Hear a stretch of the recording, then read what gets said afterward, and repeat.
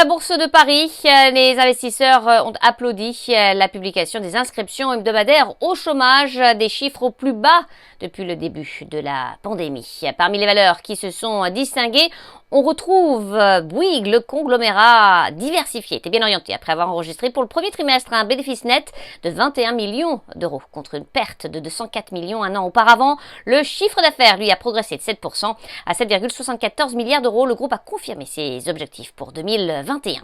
ST Microelectronics, selon le quotidien italien Milano Finanza, le fabricant de semi-conducteurs envisagerait de racheter son homologue norvégien Nordic Semiconductor pour un montant d'environ 1,3 milliard de dollars. Dans le reste de l'actualité, Air Liquide, le spécialiste des gaz industriels, a réalisé avec succès sa première émission obligataire verte avec une levée de 500 millions d'euros dédiée au financement et refinancement de plusieurs projets de développement durable, notamment dans l'hydrogène, le biogaz et l'oxygène. On passe à Eiffage. Le groupe de construction a rapporté un contrat de 86 millions d'euros auprès de la Société nationale des chemins de fer belge, portant sur la transformation de la gare de Gand-Saint-Pierre en Belgique. Elior, un des leaders mondiaux de la restauration collective et de la restauration de concessions, accusé pour son premier semestre une perte nette de 53 millions d'euros contre 17 millions un an auparavant. Le flux de trésorerie disponible est ressorti à 31 millions d'euros contre 42 millions d'euros à la même période de l'exercice précédent.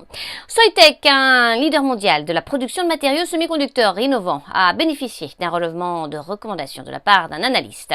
Et puis Vallourec, le groupe de services parapétroliers, a annoncé que le tribunal de commerce de Nanterre a approuvé le plan de sauvegarde de Vallourec examiné lors de l'audience du 11 mai 2021. Tous les créanciers de la société sont ainsi tenus d'exécuter le plan de sauvegarde. Enfin, Valneva, société de biotechnologie développant et commercialisant des vaccins innovants, a abaissé sa prévision de chiffre d'affaires pour l'exercice 2021 après avoir accusé un repli de ses ventes sur le premier trimestre.